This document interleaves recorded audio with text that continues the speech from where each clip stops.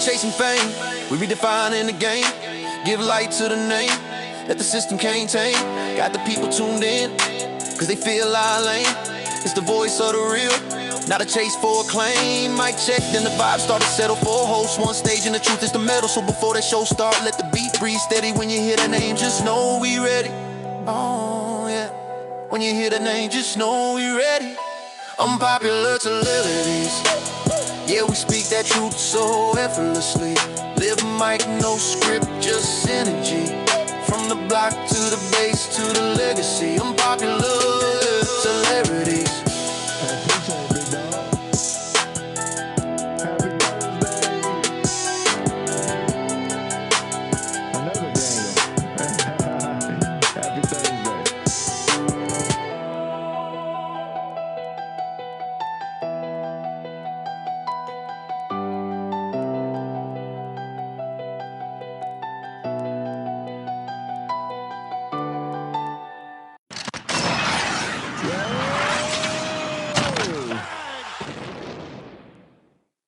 What's good? Chilling, man. Chilling. Oh, good. I can hear you. Everything's Happy good. Thursday. Happy Thursday. Daniel says, I like the video. Shout out, like the SpongeBob. Like the SpongeBob joint. Everything looks good on my end. I don't really need to set anything up. I think everything's good.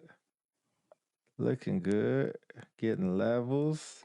Thursday night. Well, evening, afternoon. What would that be considered? Afternoon? Nah, it's evening. Evening. What time? What, supper time? Thursday supper time? Supper? That what you want something? What did they call it? What was that show back in the day? House on the Prairie type stuff? Yeah, Supper. What you talking about? Supper time. Supper. Is my wallet. Is your wallet what? Is that a joke? I don't get it. Is my wallet. Is my wallet.com? Is my wallet dot what? Tony Renee. Look at y'all like y'all. Look at y'all looking like y'all. Okay. Okay. All right, off to you, man. I'm still trying to make sure everything's good. Yeah. Peace, human beings. Peace, human beings. Your boy, Philly DC, in the house today. Happy to be with you guys. You have my co-host, also the engineer today, Pete. You got Jessica Player and Del Brown out in the place handling their business in the world. We are your Unpopular Celebrities podcast. Thank you for being here today on this Thursday. We got a great show lined up for you today. Before we get started, as always, paying the bills. Make sure you like, share, and subscribe to all of our social media. We got something for all y'all each day and every day. And we're going to have some special stuff coming up in December. Always remember, if you want the real, you want a place where you can be yourself, and here's some great stuff for you to laugh about and think about, join your Unpopular Celebrities team here. You're here in this place. So we got a great show lined up for you. Yo, love the emojis, man. Y'all go and keep the emojis going, man. Those things are funny. I don't know what that is, but those things are funny. Just little emojis that bounce over the screen. If you're on the YouTube, man, you can set that up. It's pretty funny. It's pretty funny. Interesting. All right, let me see. All right, we're here to talk about, what are we here to talk about? Yo, we're here to talk about the Netflix special on P. Diddy, The Reckoning. Dun, dun, dun, dun. I feel The like Reckoning. Dun, dun, dun, dun. I feel like you need that music. So I saw the show in totality about 3-4 days ago. It took me 2 days to watch it, but first initial reaction was it was really done well. And then I saw some interviews afterwards. We here to talk about y'all and how you snitched on Yella. him. I think you're talking about Yella. Who's Yella? I don't know. We're here to talk about Yella and how you snitched on him. I don't know who Yella is. What's up, bud? Answer your phone. Yeah. Oh, hold on. I think I know who that is. Man, you didn't text me. I ain't who I thought that was. Hit it out. I ain't watched it. Oh, well, you can come back and watch this later and let us know what you think. I subscribe. Man, appreciate it, man. If you just subscribe right up, now, bro. we should get it. We should yeah! Yeah, we should have got the little alert, man. Where's my alert box at? What the Thanks for duck? subbing up, brother. My sister. Yeah. That makes me mad. All right. So I watched it a couple days ago, man. How long ago you watched it? Yeah, there it goes. I watched it. I finished it, concluded it last night. Okay. So I watched all the episodes, so I'm completely done. So yeah, it took me about 2 days. Mike Tyson, the quitter. You freaking hater. Yo, don't diss Tyson up in here, man. Okay. Don't diss Tyson. I don't know, why would you say that? Why would you say that? I need to turn on my lights back there, but thank you for that. It's your birthday? Well, happy birthday. Happy birthday to you. Happy birthday. Happy birthday, bro. Said your SpongeBob is your Enjoy yourself. All right, we ain't gonna get to this if we keep reading all the comments. So yeah. First initial reaction about this. How did we start this? Do you want to do episode by episode? You want to do just a whole, like, talk about the first episode and what you thought? You want to do like a whole synopsis, one thing at a time? I think it would be appropriate to do a quick overview of how we got here to this show. Oh, well, shoot, it was kind of your idea, so I'll turn that over to you. Okay. For folks that have been living under the rock for quite some time, don't know about you, but I'm showing my age, but I grew up. I ain't gonna talk about how old I am, but I am old. You can tell by the beard. But I grew up in the bad boy era, right? I'm a big hip hop fan, huge hip hop fan. So I grew up obviously in the, listening to like L Cool J, Eric B, Rakim or whatever. But then when hip hop changed, and then you had like Bad Boy come on the horizon, you had, of course, Craig Mack, you had Notorious B.I.G., then you had Mary J. Blige, you had those artists. Bad Boy was huge back in the 90s. I mean, everybody was dancing to Biggie, Give Me One More Chance, whatever, dang near Warning, all that stuff. And then you had the transition to Mace and them boys. So anyway, Bad Boy was huge. And so P. Diddy, initially known as Puff Daddy, was the architect of it all. And Puff Daddy, I like your hair. Okay. Hat. All right. Hat. Oh, like your hat. Oh, good looking out, man. I appreciate it.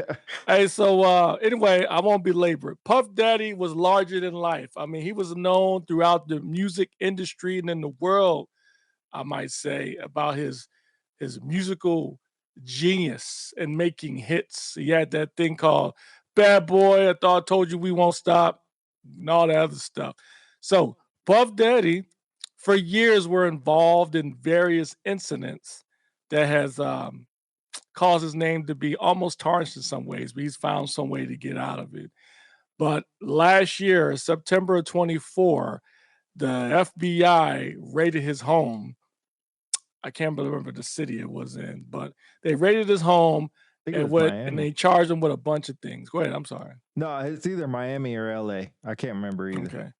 So racketeering, sex trafficking, extortion, a number of charges. And then they put him in jail.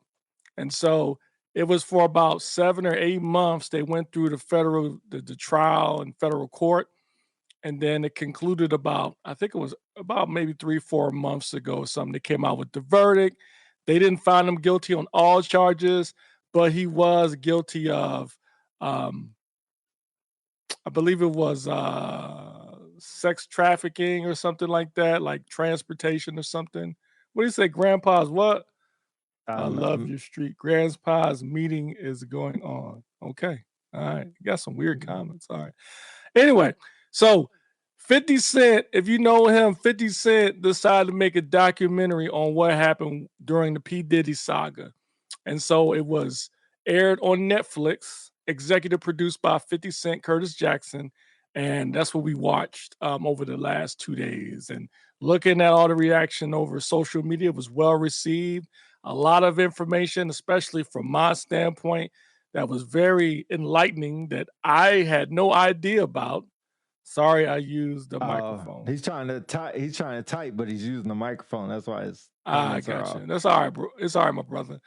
But it was a lot of it was well received. So anyway, that's what we're here now. So it's Sean P. Diddy Combs, The Reckoning, and it was produced by Curtis Jackson. So let's start with the beginning in episode 1.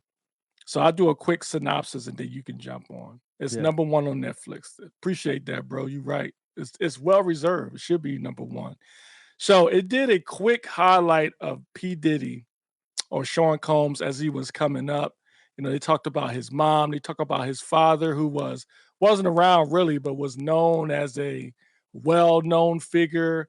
Potentially, like they referred to his father as a gangster for some reason. They showed pictures of him, but he wasn't really around much. But his mom, I can't remember her name, I think it was Janelle Combs, something like that. Yeah, something like that. Janice, But something. she was very, very involved in his life. You're gonna see it really impacted him over the years, obviously being his mom and such. But growing up in Harlem and being involved in the kind of my dad is in the hospital. Um, Portraying his ability to really be ambitious as he was growing up. He was getting involved. He was going to Howard University for a while. His mom was working like a bunch of jobs to support him and Oh wow, stuff. His father worked for Frank Lucas. Man, that's a good man. Appreciate that. I missed wow. that part. Yeah, I missed So that too. anyway, Sean Combs kind of developed that same type of personality as his father, a go-getter or whatever. And he went through his upbringing, and then he ended up at Howard University. Then in Howard University, that's when hip hop started to take off. He was getting interested. He was starting to dance and stuff like that. Pause, funny part. Seeing Sean Combs with a Gumby, man, that was funny. Sean Combs is a funny looking dude anyway, but that's another story. You know what I'm saying? No, not digging on, but he's a funny looking dude, especially back then. But anyway, so he had the Gumby or whatever. So he's dancing. So he drops out of Howard University and he decides to get into the music business hardcore. So he appeared in a couple of videos. There was this one video, I can't remember the girl group name, it was Old School, but he played the pimp and Yeah, an old school Volkswagen with a drop top. And he was sitting there with his tongue out like something like that. It was mad funny, man. He drove off with his joint, his finger in the air, whatever. But anyway, I thought that was funny, man.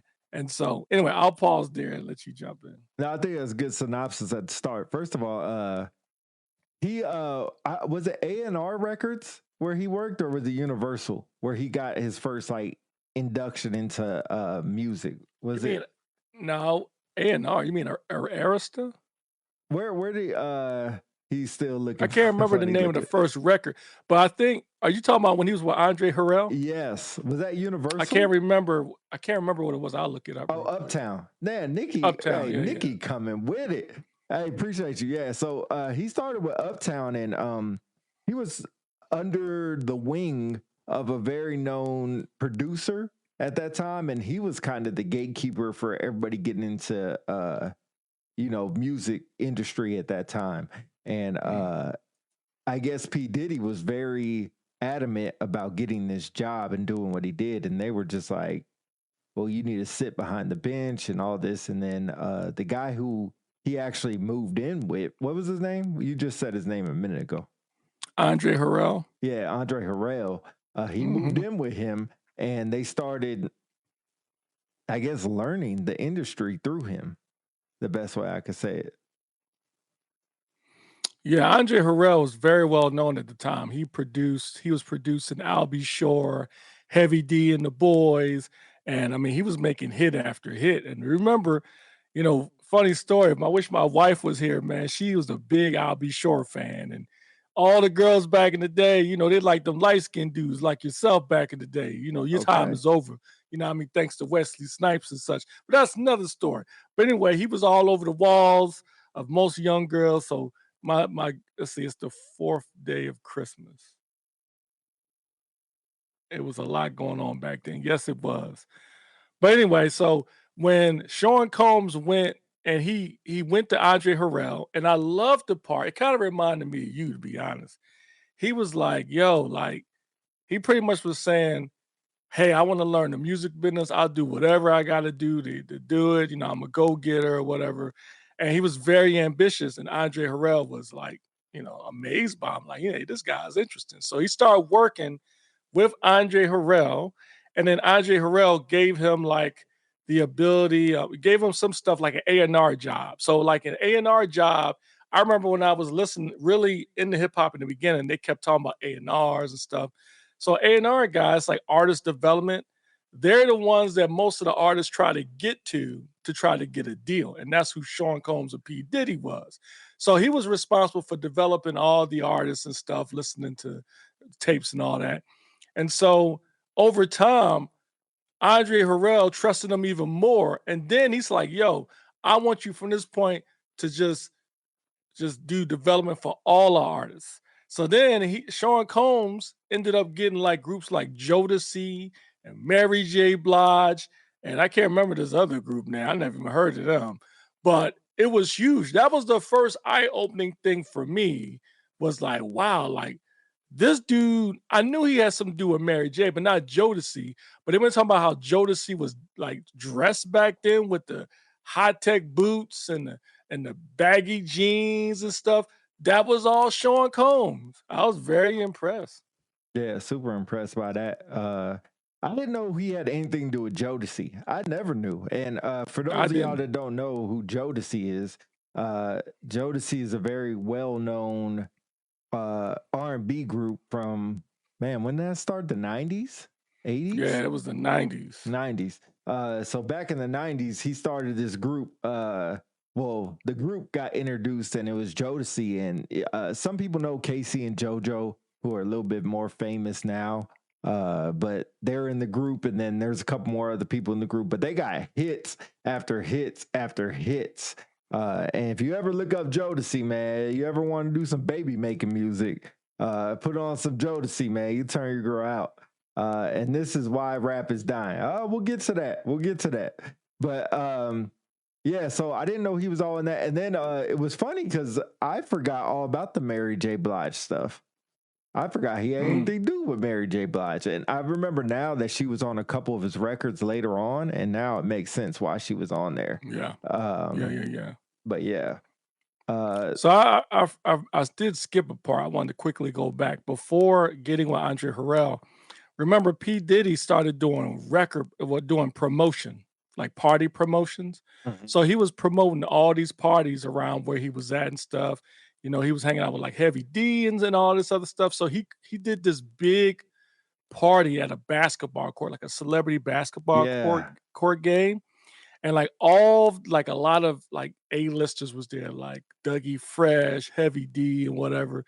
And so he over promoted the party, and it was so many people that went there that the gym could not handle all of the people. And then something happened. I can't remember if it was gunshots or whatever, but people were trying to leave and they didn't have enough exits and people were getting trampled. I think when people were trying to come in and they didn't have enough security. And so it was like a $15 event. But like they said, some people were like, hey, just bum rush the door. So they started bum rush the door. And they said the doors open this way, not that way. And everybody started pushing into the door and they started getting trampled on. Okay. So yeah, I missed that. I must have missed that part. So wasn't gunshots then. Thanks for the clarification. Apparently everybody was trying to get into the event and it wasn't enough room. So people started getting trampled. So I remember something about a lot of people got injured, but I think it was like 4 to 5 people got killed. And then I thought it was interesting. They were showing video footage of Sean Combs walking around. He was bewildered. Like he couldn't believe what was going on because they had all these people that was dying or dead in the event. And so obviously he ended up having to go answer for it. But what I thought was interesting is when he was in front of the microphone, he said, we need to find this way. We need to find a way where this will not ever, ever, ever, ever happen again. And I don't know about you, man, but I thought to myself was like, this is the first start. And as the series went on, I don't want to get too far ahead. This really illustrated his mindset. Because I think he's ultimately responsible for what happened. but he kind of flipped it as if it wasn't him, it was the venue or wasn't Right. enough security. But last I checked, if you hold an event and you promote it, you reap the benefits of how much it makes, how much fame it generates. You should also be responsible for the safety too. Correct. But he kind of flipped it as if it was like somebody else's fault. Do you think if you're putting on an event and something happens, it's your fault, especially something like that? Oh yeah, absolutely. Especially like it's just like I look at it as at your house. If you hold something at your house and it snows and there's ice on the ground and they leave and they slip, you're responsible. If they're in Interesting. your house and there's a power outage and I don't know, the chandelier falls on somebody, you're responsible. So when you hold an event at a place and you're having people come there, now is it automatically your fault? No, but you're gonna have to answer to it and prove you did everything you could to ensure there was safety protocols in place. But he even said himself there wasn't enough security and there wasn't a process put in place. I mean, think it was at the time it was what the early 90s, late 80s, where you had enough people to usher people into the event in an orderly fashion. He didn't even have that. So yeah, Yeah. I think you're ultimately responsible. What up, Freddie Kincaid in the building? But yeah, I agree. I think that was tough back then, especially if it was his first event and something like that to happen. Why it's very sad that it happened. I ultimately agree with you that you're responsible with how the success and the failure of the event. And unfortunately, that failure cost people some lives. So that's Yep, very yep. unfortunate. But and like I said, I don't want to get too far ahead of the show, but to me, especially, they showed different. They showed that wasn't the last time they showed clips of that event, and I think there was a reason for that. But anyway, moving on. So back to Andre Harrell. Sean Combs gets so it gets is so good at the job. He trusts him with full artist development of Jodeci, Mary J. Blige. He produced them and all that, and he becomes a hit, right? And I think Andre Harrell even mentioned he's like on the rise. It's like he can't believe how good this dude is. And then over time, it started to show or portray Sean Combs' thought process when it comes to things. Like if he wants something, he wants it. So there was a woman, Kim Porter, who was his original wife. She was like working at the front desk. Apparently, she was going out with Al B. Shore at the time. And so I guess he was telling somebody like he wanted to get her, and it was like, yo, that's Al B. Shore girl, whatever. And he said, I'm gonna get her. So I guess he was wooing her and stuff like that. And he eventually got Kim Porter away from Al B. Shore. But pause. What I'm a little disappointed in, and my wife included, I thought they were going to talk about how he was able to wrest away Al B. Shore's son, sign all his rights over to Sean Combs. I thought they were going to talk about that, but they didn't. Yeah, that didn't come up at all. First of all, Daniel, your comment, wish you could send us money, but my mom said no. Listen to mom.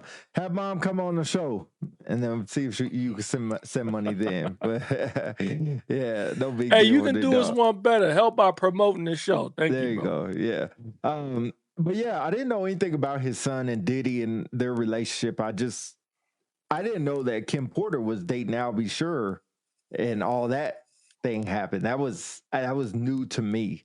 Right. But interesting point about how it sets up with Diddy and how everything is his mindset. And I guess he was always like, if I want something, I'm gonna get it. Where I admire that type of mentality, but this shows when it's used for bad that stuff can happen. And we'll talk about it as we move on. Yeah. As he moved on, so it seems like he got fired from working with what's that guy's name again? Andre Harrell. Andre Harrell, Uptown Records. So he fired him. I can't remember what it was for Yeah, I'm exactly. trying to remember too. I want to say Because he was sad he had to let him go. but he said, yeah, I had to let him go. Oh, they wasn't getting along. I think Sean Combs' head was getting too big. They wasn't getting along. It was like kind of arguing all the time. I think that's the reason why he let him go. And that could be true. And that could be true. I'm trying to look it up as we say. Diddy was fired from Uptown Records for being overly passionate, lacking an understanding of workplace policies, and clashing with his boss, Andre Harrell. Yeah. So yeah, there you go. Right on point. It's kind of crazy. He immediately started his own record label. It's like he never missed a beat. And, I think in the firing, he gave them, He gave him Biggie. He gave him Biggie Smalls, Notorious B.I.G. So if you didn't know, Biggie was supposed to sign with Uptown Records, which now opens up a bigger envelope. What would have happened to Biggie's life if he would have went with Uptown? Because he was just hardcore rapper that was not really starting to be a thing, but wasn't really a thing. Most rap back then was, what would you describe rap back in those days? Rap at that time was like New Jack Swing type rap. New Jack Swing. Yeah. So more or less. You had like Father MC was big back in the day, Heavy D. They just started getting into hardcore rap because at that time when Notorious B.I.G. was just coming on the scene, the hotness was coming out of the West Coast. They had Dr. Dre, they had Snoop, and Ice Cube and NWA. That was the hardcore rap. And it's kind of on topic, but off topic. But that was a huge pivot in hip hop when at that time, when the West Coast came on board, they were saying stuff that the East Coast weren't. Now, don't get me wrong, the East Coast weren't soft. They were talking about a lot of street life and stuff, but not like the West Coast. The West Coast was like in your face, talking about the police and all this other stuff. And then when Dre and Snoop got together and they came out with the Chronic album and stuff, the East Coast was like put on the back burner, which was rare at that time. And so I remember now in the show, Sean Combs, before he got fired, when he went to Andre Harrell, he said, look, you're trying to make like hip hop music for young people. I'm a young person. I know hip hop. Let me do it, whatever, blah, blah, blah.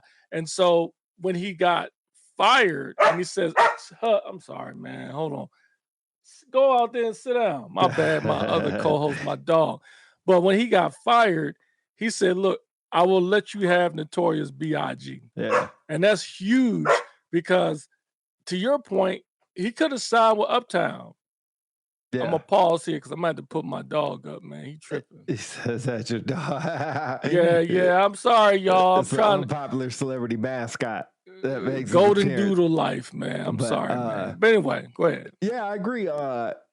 It's amazing to see that he got selected or he was able to get Biggie and what happened with Biggie's life, as we'll talk about in a second.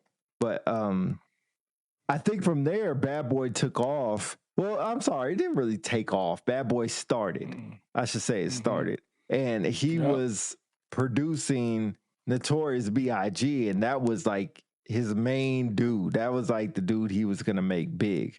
And that was probably the end of the first episode. Towards the end of the first episode, we might have missed a couple things, but nothing really key. All the key stuff we kind of talked about. But moving on is when he really started Bad Boy. He became, I don't even know how he changed his name to Puff Daddy.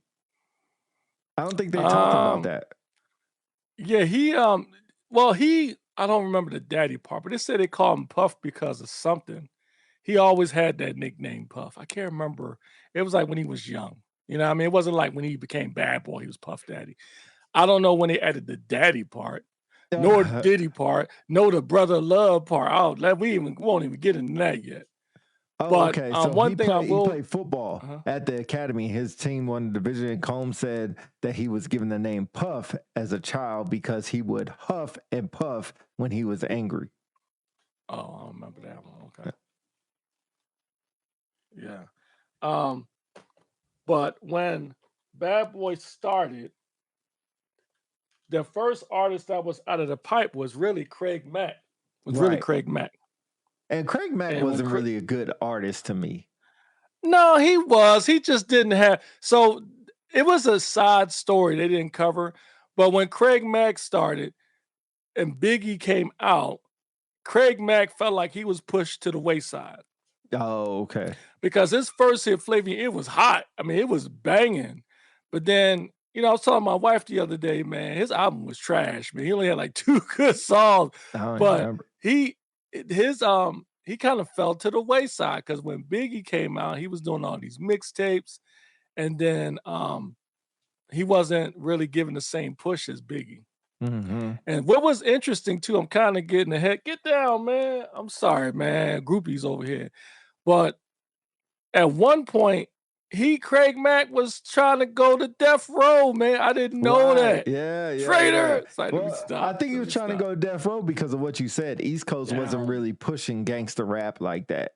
And the Right. West Coast was with Death Row. It was just with Snoop and Dre at the time. And it's really just Right. those two. And then you had a couple one-off people that, unless you're real big on rap, you didn't know. But then Diddy started signing 112 and then SWV. And it's really weird when you think about Diddy's career. He just had hit artist after hit artist after hit artist. And the only miss he had was really Craig Mack and that other dude that we don't even know who the heck he was. Who was that other dude that was on one freaking song that he said he was writing for Diddy? Oh, Mark Curry. I don't even know who that is. Yeah, yeah. But Who's that dude? I don't know. Then he had Shine. He had the Locks. He had I'm trying to think of who else, but that's really the main people that he had. But it's incredible that he got. Yeah, you good. It's incredible he got artist after artist after artist to come on. Faith Donovan, my homie. How are you? It's good to have you. Good to see you. Cliff, yeah, Black Rob had one hit. Yeah, for sure had a hit. What was that hit? Oh, whoa. Like, whoa. Yeah, y'all look that up, man. That joint was bumping back in the day. Dang, somebody showing the age. But yeah, Black Rob for real. But Gene Harrison in the building. What's up, big dog? But as Diddy started and as we go, it became crazy that he started beefing with Suge Knight. And I think it was because Suge or P. Diddy was trying to take Suge's girl. Forget my dog. He just wants attention. Yeah, that's my dog breathing in the mic. I'm gonna make sure I kick him out, but he just wanted some attention. But yeah, so I don't know what y'all starting to look like. Oh, look alike. Hell no. I'm finna cut my beard off today. We is not looking alike. You're gonna have to go lay down, big dog. You have to go lay down. Go. So yeah, so I think that was very interesting how that happened with Diddy started beefing with Suge Knight because of a girl. And that's where it all started at. And Diddy was pretty big back then, but if you remember the Source Awards, there was a big beef with the East Coast and West Coast rap, and that's where that all started. And the only one good on the East Coast was Biggie. Back then. Now they started getting a lot better rappers now, but back then, and the West Coast was really dominating, quote unquote, gangster rap. And they were moving into that area of taking over for gangster rap back then, back in the day, back in the early 90s. And then Pac was cool with Biggie. And it seemed like Puff was jealous over their relationship. Like Biggie was, Biggie was Puff's only artist that he really had. And Cliff brought up another one. We brought up a couple more, but really at the gangster rap phase, that's all it really was. After the documentary, I'm starting to believe if Diddy had something to do with Pac being shot in the studio, I think Biggie didn't know. Yeah, we'll get into that, Cliff, for sure. But so he started getting jealous over the relationship. And as Cliff just pointed out, I think this brings us right into the next point. There was a spot that Tupac said the same way as they said it, and we'll never hear from Biggie's standpoint, but basically called Pac and was like, come to the studio.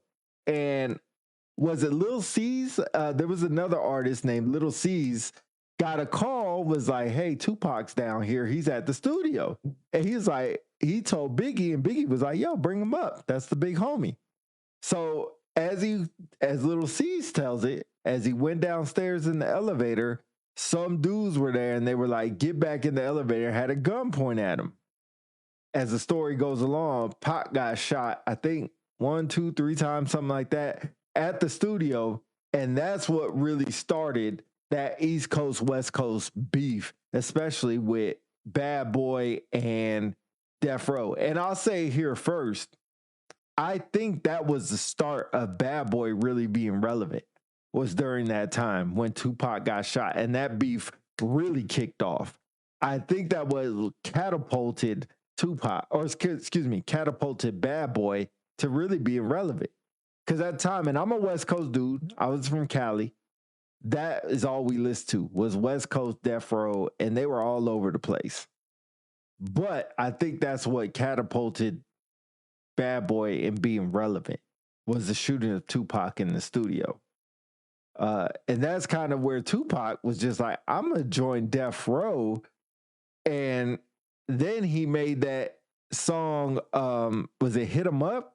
I think it was Hit 'Em Up, where he talked about Biggie, talked about he had sex with his wife and blah, blah, blah. And Biggie made that song, man, was it Warning? No, what was that song called? Cut your beard, big bro. Just promise that you'll never wear them stunner glasses live. I done it before. If I had them with me, I'll put them back on, but I won't wear them. They saying that we're starting to look alike. It's called Who Shot You? That was the song. Who Shot You? And they didn't want that performed during that time. And ironically enough, thanks, Cliff. Ironically enough, I'm from Cali and Philly is from Philly. Or born. I thought it was born. Ben. I could read. But anyway, what's your thoughts? I know you just got back, but we're talking about when Pac got shot. Cliff says he thinks Diddy had something to do with that. The first shooting. Oh, yeah. Absolutely. This, at first, years ago, when I heard that, like, yeah, that's convenient, And then over time, I heard more people, like the dude that actually shot him kind of alluded to it. I was like, nah, man. But after seeing this series, I think he had something to do with it. And absolutely. We can get into that in a second. But back to your other comment. Thanks for the stars, Faith. Yeah, thank you, girl. Hey, what's up, Faith? We miss you, girl. What's up, Faith? Konnichiwa. Konnichiwa. I know, anyway. No, Big Bad Boy was huge even before Tupac was shot. Okay, so because at the beginning of the East Coast West Coast war, remember Notorious B.I.G. had his album release party. He even sent him Tupac a sample of it, and then Tupac was listening to it. He said, "Oh, I like this dude, whatever." And he's like, "I'm gonna come support you at his party." So they showed pictures of him and Tupac together. And what I thought was one of the best parts about the series is when they showed them both freestyling, and I could see the admiration in Tupac and in Biggie for each other. And I thought that was pretty cool, man. It made me feel real bad. And I know, don't spare me for this, y'all, but it kind of reminded me of Martin Luther King and Malcolm X in a way. Because they both believed in the same thing, but different way. They had different vision. I know somebody's going to kill me for this, but just hear me out. They're both good or big in their own way, but they had a deep admiration for each other. And ironically, both of them got killed, and then Biggie and Tupac got killed. I'm not saying Biggie and Tupac are Martin Luther King, Malcolm X. It just kind of reminded me, because two good brothers, two talented brothers. Tupac already was established, and he saw Biggie coming on the scene, and at least by the way it portrayed it, Tupac wasn't jealous of it. Before I go any further, something just popped in my head that blew my mind too. There was a couple of things, but this blew my mind. So you remember when they were saying how Bad Boy was just coming on scene and they were trying to figure out because at the time, B.I.G. came out with Juicy. And Juicy, thank you, man. I appreciate it, Kenny. but they came out with Juicy, right? And it was all a dream. We used to read up What Up magazine, Salt Peppers in the magazine, right? It was a hot hit, but it wasn't that huge. At the time, Tupac had Get Around, right? And they showed Tupac Get Around. It was having Right. fun at the party. So it was like, yo, we want the same thing. It really showed how the West Coast was and how they was having fun. Well, we want the same thing. So they turned around and they did a remix of One More Chance, and it looked almost just like we Yes. get her, I get around. Yeah. It blew my I didn't mind. know that. I was like, yo, because that was really beyond, that was the hit. That one was ringing throughout the radio. That one, I remember my wife and I, we were in New Mexico when that came out. Dang. And man, that was back then. We had tape decks. I had a cassette tape deck and my Volkswagen Jetta. We ran that in the home, man. True player for real. That's Puff Daddy. Yeah. I'm like, yeah, that was a joy. I wasn't even from New York, but it was hot. But that blew my mind. Nah, that you know what? I didn't know that part until they said that. And then they said that Puff watched that video and was like, oh man, that's what I want. And I think you remember it was funny because they showed a perfect clip where Tupac had a bunch of girls around him, and then go to the One More Chance video. You had Puff sitting in the jacuzzi Hot tub with a bunch of girls around him, like almost identical. It was funny if it was nowadays, he would have probably got sued for copyright infringement. But I mean, back then, who knows? You both are great. Hey, thanks, appreciate that. Thank you, man. I appreciate it. I don't know about that because people were biting off people for years, man. I don't think they, at least from my perspective, my opinion, I don't think they would have had a case if they would have sued them for copyright infringement. I mean, all they did was took the same theme from a video and they flipped it into the East Coast way. Now, think about it, right? Those were two popular videos, two popular songs. I had no idea. I never thought to this day, until now, that was a playoff of that video. Never. And in fact, the Roots did the same thing to Biggie Smalls on their video. What they do, they did a parody of it. The same way with the wine joints or what they did this. So people were doing it for a long time. I thought it was cool how they did it a recreation to the very finest detail. Because you remember in Tupac's video, they had Shock G in it from Digital Underground and some other folks. And then Biggie Smalls' video, you had Busta Rhymes was in it. I think LL was in it, and it was just cameos. So anyway, I thought their video was better. It was a different time anyway. So what about Tupac? What about Tupac Shakur? What you mean? Tupac's dope. Yo, I will say this. What I don't understand is how they got away with shooting the guy. We didn't get to that part. That's later on, yeah. Oh yeah, we'll get to that part. What I was gonna say. Anyway, so Bad Boy was huge then. Rashawn. I think the start of the East Coast War started when Tupac got shot. Yeah. And I honestly think, I can't say for sure Puffy ordered him to get shot. But I think because of what happened in the club, because of his because one thing we didn't cover. Thank you, Rashonda. One thing we didn't cover is how they portrayed how Sean Combs was jealous of the artist, and he was jealous of Biggie and Tupac's relationship. He was like, "Yo, what? Oh, you talked about that? Yeah, okay, my bad. No, you're good. But, go ahead. And so one would think that Sean Combs got jealous of that because he had a lot of influence and caused him to get shot. But I can't say that for sure. But once Tupac got shot, it's like almost Tupac whole mindset on Biggie and the East Coast flipped. Crazy, I mean, man, I couldn't believe the time Tupac is from New York.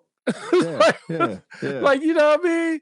So anyway, but that's what the East Coast started once Tupac got shot coming out of the elevator and stuff. And so they started a little beef and their little war, and then you had the Source Awards moment where if you don't know what the Source is, that's a magazine, started off as a magazine, and then they went to the Source Awards, kind of like the BET Awards, but it's supposed to be just for rap. And basically Death Row and Bad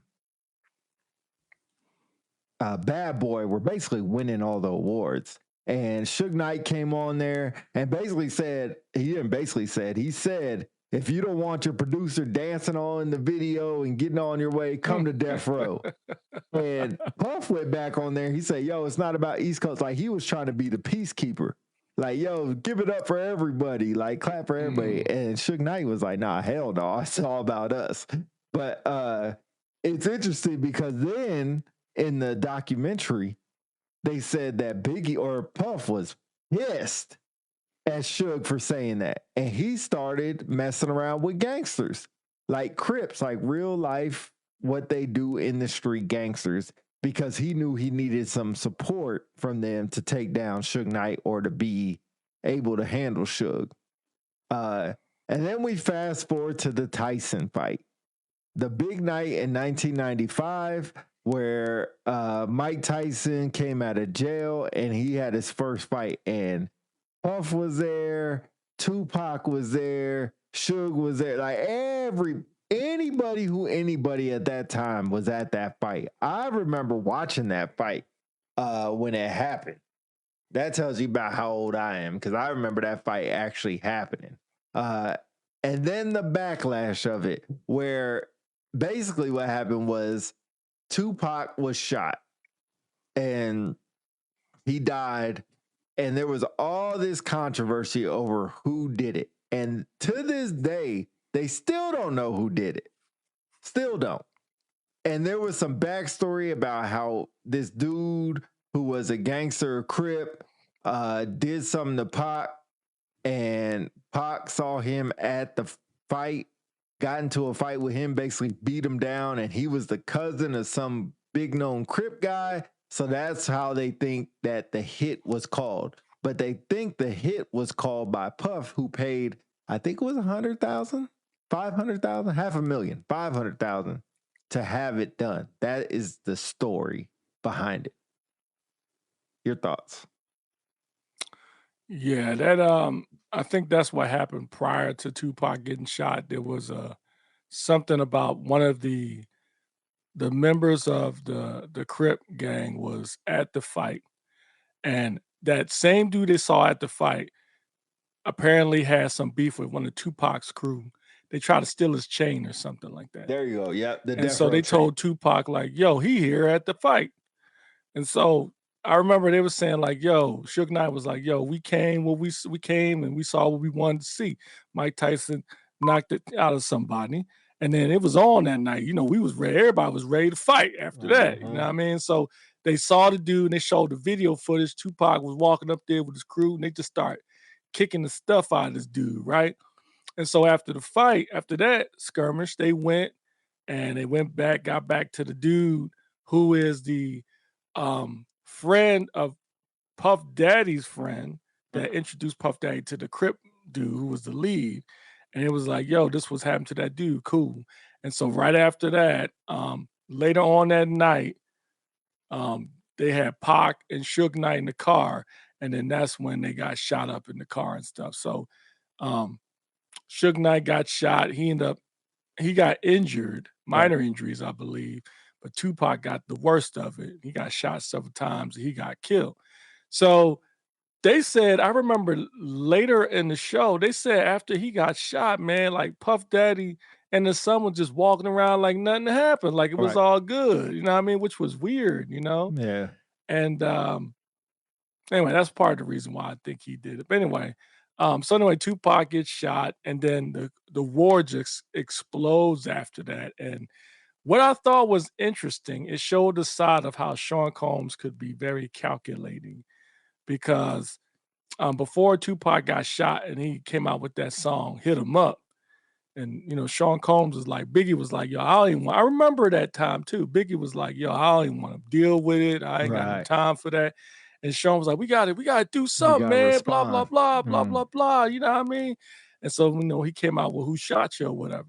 And so after Tupac got shot, they wanted to do some kind of promotion in the West Coast because that's when Biggie's second album, his double album, came out, ready to Life After Death. One of the So they was best gonna go to the albums. West Coast permitted, huh? One of the best albums, but go ahead. Yeah. But you know, his friends was like, yo, don't go down there, whatever. They was trying to convince Biggie not to go down there, but Sean Combs like convinced him to go down there. And so, you know, they went down there to promote the album. And I remember they was at some award show and they were getting booed over there, man. People were Right. booing them and stuff Right. like that.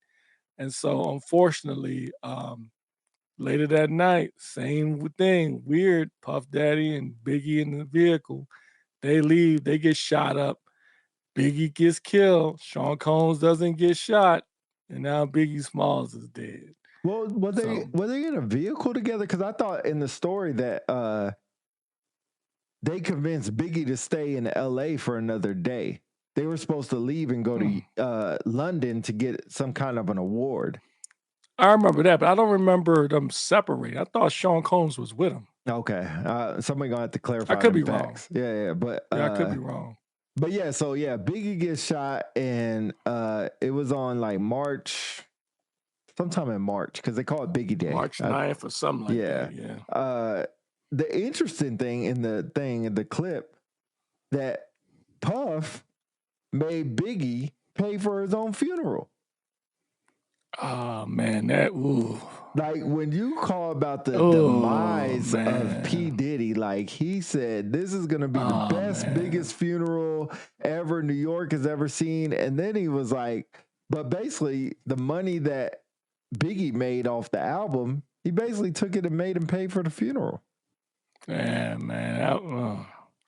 When I heard that, man, ooh. Never knew that. Did not know that. I guess they're not gonna, tell us that during that time, but to hear that was amazing. I'm sure if Sean Combs was responding, he would probably deny it or come up with something. But oh man, like I feel for his mom, man. Like I wonder if she knew all this. And then she still had to maintain, allegiance to him, whatever. Yeah, I guess to continue getting money, that was probably the only way. But I think one part I wanted to talk about that we might have not covered yet was Sean Combs' best friend. I can't remember his name. But when they started Bad Boy, Sean Combs went in with this other gentleman who was his best friend. And so they both were the owners or created Bad Boy. So when they created Bad Boy, Sean Combs gave his friend 25% of the company and gave the other 75% to his mom. Which is crazy.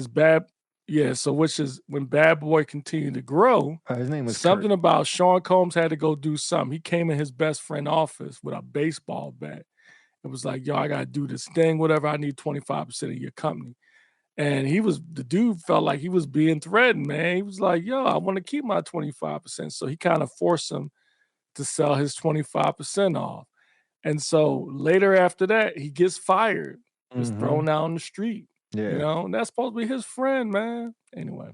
His name was Kurt Burrows, Burrows. But he's been there since the beginning. Like you said, he had 25 and his mom had the other 75. So I'm like, well, how much did Puff have? He never had Maybe anything? there's a reason why, because if something happened to him, they can't touch the company. I mean, that's what LLCs are for, but that's still kind of wild that happened. But that is an interesting part. And it looks like that dude Kurt, when they showed him, that dude looked like he's homeless. He was homeless at one point. Yeah, they said that. Yeah, I don't know if that's just how he wants to look, but I'm like, man, that dude look homeless as hell. Like, what the hell? Yep. So anyway, after Biggie gets shot, they somewhere in the episode or several episodes, they kept portraying how Sean Combs secretly was jealous of his artists. He said something about, good point. He don't think it's fair. Like if he had their talent and his know-all, he would just being wasted. So when Biggie died, and I thought about it at the time, but it really hit home after watching the series. Ken says it was because all those people died at the celeb game. They didn't want to come back. They didn't want them to come. See, yep. That makes sense. Yep. Okay. Yep. So anyway, but I always thought to myself, I thought Bad Boy is over. Once Biggie got killed, I was like, Bad Boy is over. Right. There's no way. You know what I'm saying? Because at least Death Row had plenty. They had Dre, they had Snoop. And when they lost Pac was a huge loss, but they still had Snoop, right? Right. Bad Boy, who they have? Total. Yep. Craig 112. Mack. When Craig Mack was trying to jump to Death Row, which I'll touch on that real quick. Craig Mack was going to jump to Death Row, but after what he saw with what happened to Biggie, he was like, he changed his mind. He said, "Nah, forget that." It was interesting because his wife was saying that they were having hit albums and not getting any money for it. Yeah, and you know what? And pause, man, because I tell you, man, the music industry is hella grimy, man. How many times do you hear stories of people in the music industry make these hits like TLC? Mm-hmm. You know what I'm saying? And they don't get paid. Yeah. It's crazy, man. And I don't want to get ahead of my overall thoughts of the show. But anyway, that was just crazy. We'll talk about that because you remember when he made Danny DeCane, the girl said that she had a lawyer. They said that you have 24 hours to get this done, to get this signed or to sign this. That's all they gave him was 24 hours. And in that 24 hours, this girl brought it to a lawyer, and the lawyer started laughing at it and said, this contract basically says that you'll be famous, but you'll never be rich. And she was like, yeah, it's Bad Boy. Yep. I'll still sign it. She says Bad Boy. At that time, I think putting myself in that situation at that age, at that time, I just went through this whole contest and everything. I would have signed it too. Like, be honest, have you heard of this group? Yeah. Danny DeCane? I never heard of him. Oh yeah, Danny DeCane had 1 or 2 albums. But the whole making the band that's the MTV era right there. That's when I was a teenager. I mean, I've heard of making a band like Babs and Dylan. I heard of them, but I never heard of the other group. Yeah. No. The other Day 26 and Danny DeCane are like the big groups that happen. And maybe it's just my age. I don't know. Craig Mack died from AIDS. I looked it up after that. Yeah, I didn't know he died from AIDS either. I'm not sure. I'll have to look it up. Yeah, Cliff just said he looked that up after the documentary. Anyway. But yeah, so we'll try to move on and try to keep this under an hour and a half because we're already at an hour. So we'll try to keep this already. Yeah, we'll try to kind of wrap this up. Oh, he did have AIDS. My bad, HIV AIDS. Wow. Wow. So man, it's hard to figure out where you move to from here because I think the next big thing was Cassie. I keep saying Cassie, and the sex scandals start. And that's when people started realizing or started coming out to who he was. And if you remember back when you were talking about, there was a couple girls saying some things that Diddy was doing that was kind of weird. But like somebody said earlier in the comments, he was the gatekeeper for hip hop back then. After the Biggie died and he came out with Mace and, Bad Boy was jumping because I think, were making good commercial rap and some kind of non-commercial rap. Because that's when No Way Out came out. When I guess that's P. Diddy's album. I don't know. It was trash. I don't know whose album, but they had making All About the Benjamins on that, which is probably one of the biggest songs. They had Lil' Kim at that time. Been around the world. Yeah. So, and then Mace at that time. So they were really big. And then it's funny because all these videos came out with Notorious on it. Like No Way Out, All About the Benjamins, More Money, More Problems. What was that? Was that song, More Money, More Problems? That was on Biggie's album. Okay, yeah. But all these videos after Biggie died came out. And so like Bad Boy was huge. So he was like gatekeeping the industry. And like people said, Diddy couldn't walk out of the studio without somebody saying like, oh, here's my record. Hey, listen to my rap and start spitting bars from him. So they said his head started blowing up, which I mean, with fame. Yeah, I mean, just like money, it doesn't change who you are. It just makes you a bigger or whatever else you were going to be. And I think fame does the same thing. And a crucial part I think was when he was really big. He went out to Harlem to go meet with the people, to go what they said, be with the people. And he was trying on coats and giving hugs and taking pictures. And then they went inside the car. He was like, "Man, I need some hand sanitizer. I need to go take a hot flaming shower, boiling water to get all this off of me." Talking about people that he was interacting with. But while he was interacting with them, he was acting like he's from Harlem, like he's a part of them. Very, very, very interesting how that happened. And it's interesting to me, like, how many other artists do the exact same thing? Yeah. When I heard that, man, I was just like, man, that was very disheartening for me, man, when I heard that. Yeah. You know, somebody mentioned something about only when he got to his lowest point did he decide the only people that would still love him was people from Harlem.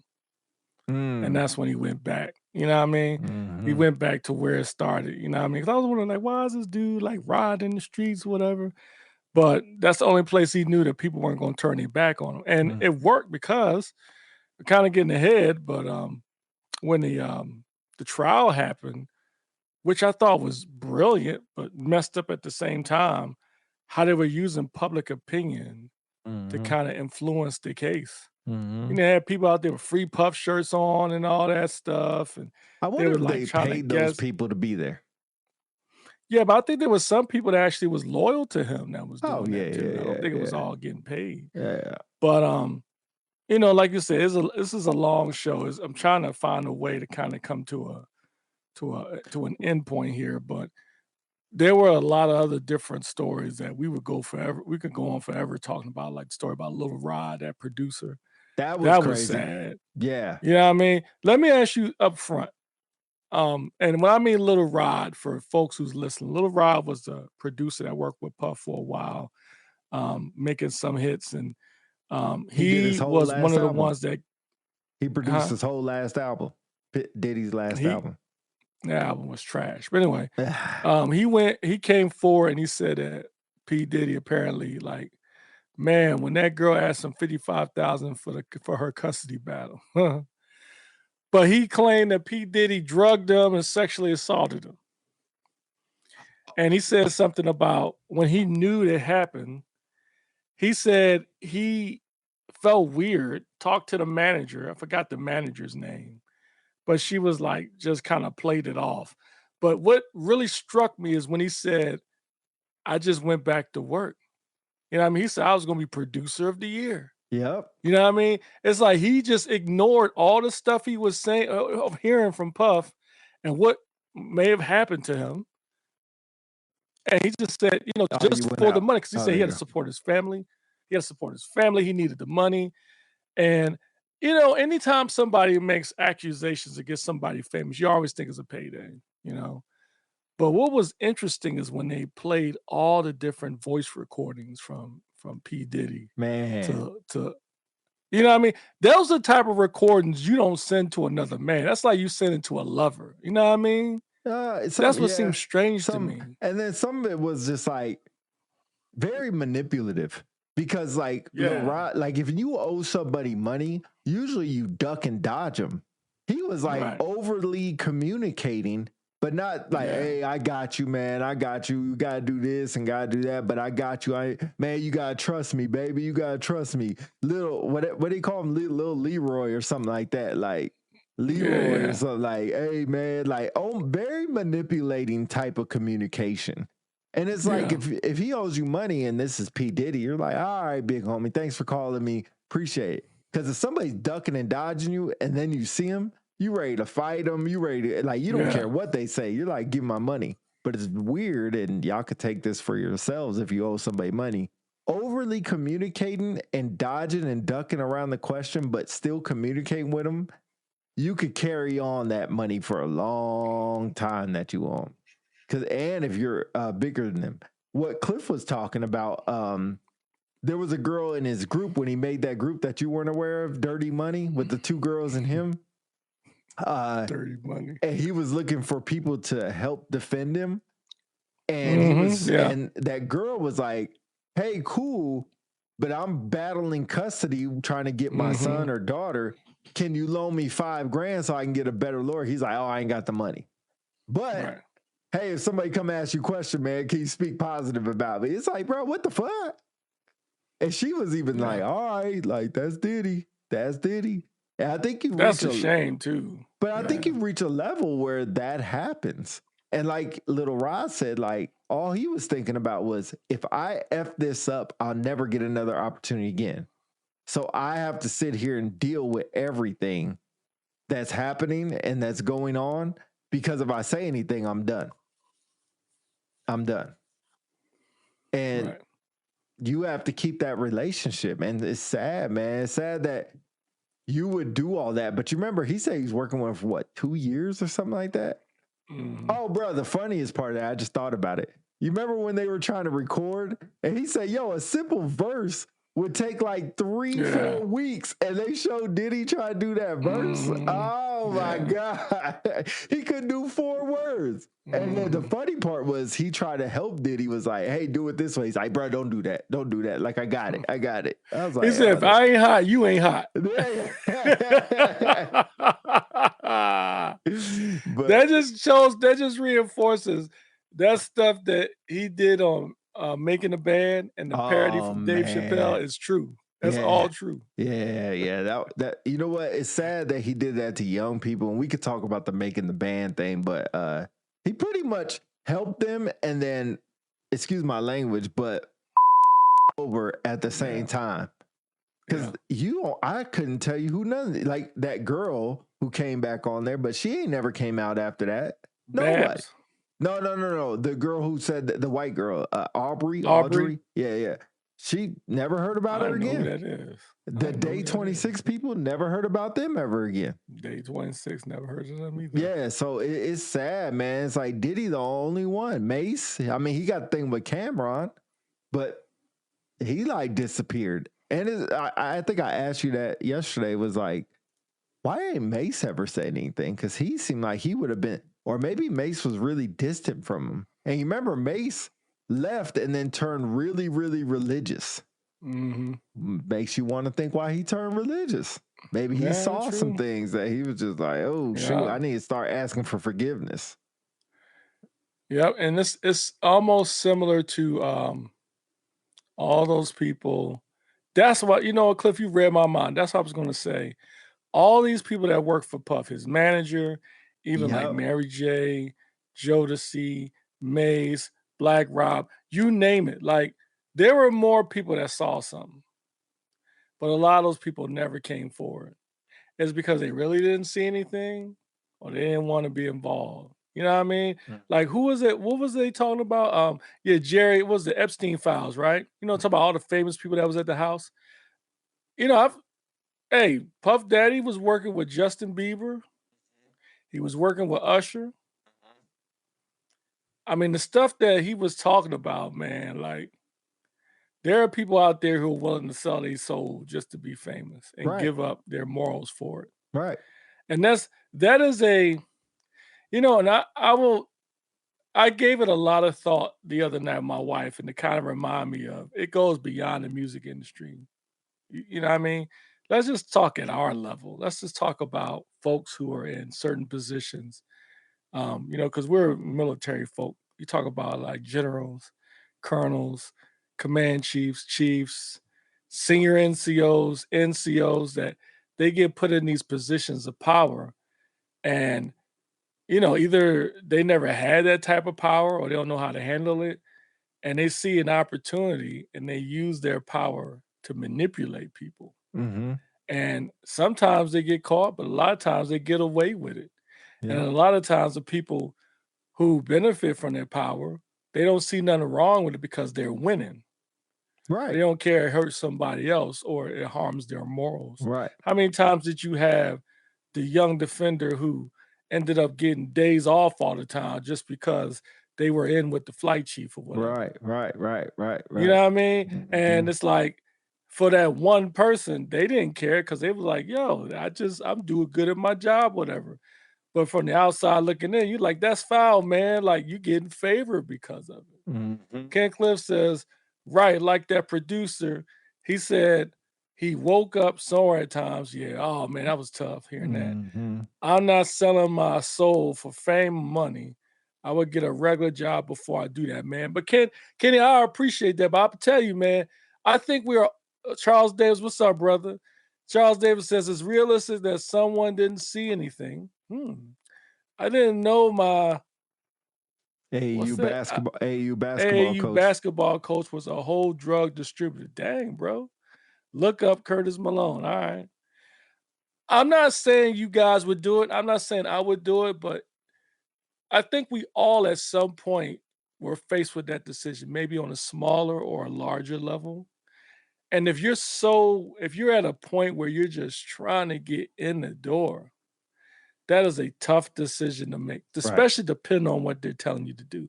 If somebody's saying, hey, look, if you want to be in this job or this position that you've been trying to get into, that a normal person would take 30 years.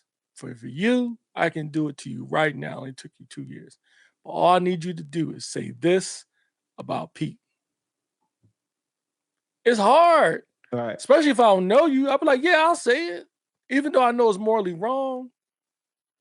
But anyway, that's what I gleaned from the whole series. You know, one, the sad thing is P. Diddy's gonna get out of jail quick. And the interesting thing is, I'm curious how many people are going to treat him like R. Kelly. Some people listen to R. Kelly, give him a pass. Some people don't. Will P. Diddy be welcomed back into the fold? Me personally, they need to take his star off the dang sidewalk. Oh, yeah. That dude should be. I mean, look at Bill Cosby, man. What they did to Bill Cosby, man. Yeah.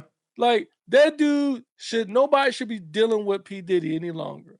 And I'm telling you, can these look, I'm looking in the camera. All you 90s era artists that I looked up to that I have memories with, can y'all please stop with this nonsense? Y'all messing up the 90s, bro. I mean, you got R. Kelly, you got P. Diddy. Now who else is left, man? Right. I mean, dang, I ain't gonna have that many people to listen to anymore. You got what you call them? Soul for Real came out and said they were done wrong in their contract. I mean, like, come on, y'all. I think that happens. Can y'all all the stop time. this? Yeah. Anyway, I say, as we close this out, I just want to give my opinion, hear your opinion. Does this make you think more that he is guilty of more things, or do you think the jury decision was correct? Yes to both. No, I'm sorry. Yes and no to the both. I think the jury got it wrong. Dang. I think they made it. I think they as in the judge made the wrong decision not to sequester them. Yeah, I think that hurt. I think that hurt. Because they were influenced. Children are never provided justice they need. I mean, I agree. I don't know how you get justice for that. Even if you, I mean, he is a man with so much power and so much money. Who knows how much he spent on that team of lawyers? But apparently it worked. I mean, he'll do. They said 50 months, time served. He probably gonna be out in a year, maybe. If that, yeah. Who knows? Yeah.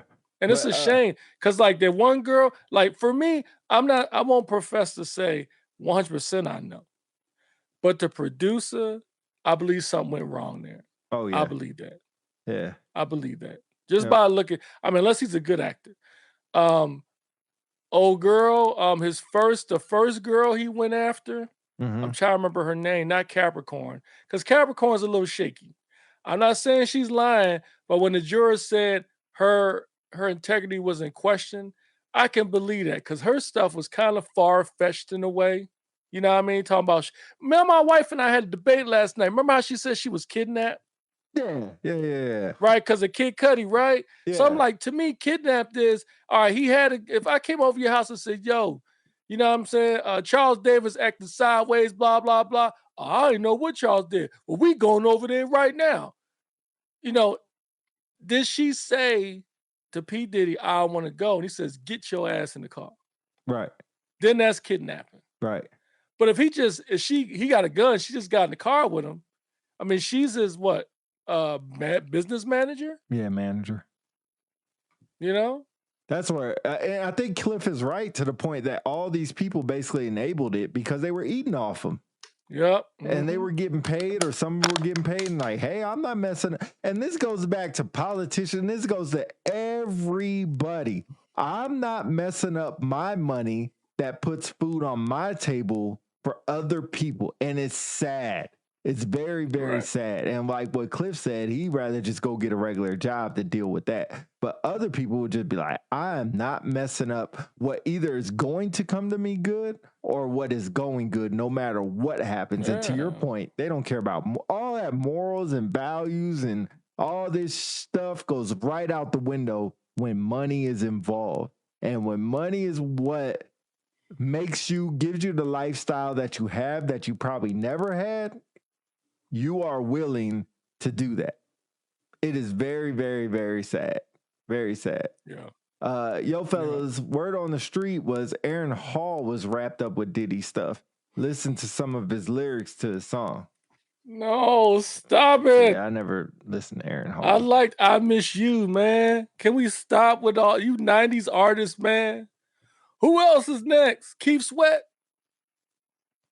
Yeah, man. Never heard that. But yeah, so I don't think this made me think that he did it or what they accused him of. I think if they would have put domestic violence on the table, definitely would have been there. But I think without them putting domestic violence, I think what he was guilty of was, because back to the Cassie situation, I think she liked or went along with some of the things that happened. Not all of it. It's sad. It's sad, and especially when you hear from the what do you call himself, a gigolo, or basically a prostitute. That's what he called himself. But I mean, man. But basically, he's a prostitute. When he said all that stuff he did, he said Diddy used to watch him have. Yeah, that's creepy and crazy. But, you know, like they said, Diddy is not, you cannot find somebody guilty for being an asshole or being a bad person or having no morals or having no values. You cannot go to jail for that. And for everything they try to hit him up with, most of that stuff was, he's just an overall piece of shit. Kind of late. Yeah. And you can't be guilty or you can't go to jail for being a POS. It's difficult. A lot of stuff, a lot of the accusations between Capricorn, Aubrey, Little Rod, and the one lady in the beginning of the show, it's difficult to prove someone sexually assaulted you without a lot of evidence, especially when it's a celebrity like that. And in the end, like he wasn't guilty of that. He was guilty of like sex, for trafficking over state, sex trafficking over state, which really ain't that big a deal. And if you remember at the end of the show, his team was like, they won. They this is a big victory. Like, you know what I mean? Like, they know what could happen. Yeah, it's like justice was not served, man. Right. That dude, when 50 Cent said he's a dangerous man, I agree with him. I agree. He's a dangerous man. And I thought it was interesting and I thought it was well done too, how they put a collage of each event he was involved in, between the basketball court incident to the shootout in the club with J-Lo and Sean, to, I forgot the incident after that, and then this last one. Right. He always found a way to get out of it every single time. And this is the one time they had a chance to nail him and they couldn't. They got him on a lesser one. And he's going to be back on the street. And he's going to keep doing it. He's just going to be smarter about it. And then every single person that was on that joint, which is interesting too, every single person on that joint was employed by him but are no longer employed by him. Yeah, every single person. So one person could assume they just saw it because they ain't working for him no more. Yeah, to Cliff's point, I bet J-Lo knows so much. Oh, yeah. Oh, she knows. Oh, yeah. She was smart, though. I give J-Lo credit. She was out. She was out. Yeah. You know what I mean? And he's like, you ain't messing up my career. I'm out. Yeah. Yeah, for real. For real. Yeah. Anyway, it's a good series, though. Good series. Real good. Shout out to 50 Cent, a.k.a. Curtis Jackson, man. Like, he did a really good job. I thought it was going to be something funny, like a parody or something, but it was really, really well done. Well done. It was real good. Very enlightening. Yeah, it was really very well done, and pretty good. But if y'all ain't seen it, there's our opinion about it. Go back and watch this, and then watch the episode, see what we missed. Hit us up in the comments on the YouTube. Let us know what it is. Don't forget the contest is starting, I guess, on Sunday now. We'll start the contest for the giveaways coming up for y'all. So be prepared for that. Come to the live show on Sunday. If you want to participate in that, we'll put out a little note to let y'all know what time we're going on. And it'll be a regular Sunday show, but before football, of course. So maybe an hour and a half before football. Let y'all know, come join. December is the time that we're going to get back. Give y'all some Christmas presents and stuff like that if y'all are listening to the show. I wasn't going to watch it, but both of y'all got me one. Yeah, you got to see it, bruh. Charles, it's pretty good. It's long, 4 hours, but it's pretty good. And brings you back to a time that you probably remember some stuff. But anyway, unpopular celebrities, y'all. Philly, you got your last words? Y'all see y'all on Sunday, man. Great time to win some gifts. And not only that, make sure in order to be eligible, you got to be in the chat. You got to be listening live at that time. You got to make sure you follow us on all the social media platforms. There's specific things, requirements you have to meet in order to be eligible for the prize. But just don't come for the prize. Just come listen to your boys, man. As always, man. We're coming near the end of the year. We appreciate everybody who jumped on today. All the people on YouTube, all the people on Facebook, our regular folks. Nice to hear from Faith Donovan again, Charles Davis, Freddie Kincaid, Ken Cliff. We appreciate y'all, fam, and we will see y'all on Sunday. And as Yeah, we got a always, new go subscriber, Birds. Rashawn Miller. Thank you for being part of the team, the UPC squad, and everybody else on the YouTube. And good football games this weekend, too. So make sure y'all watch that. We out of here. Peace, peace, peace.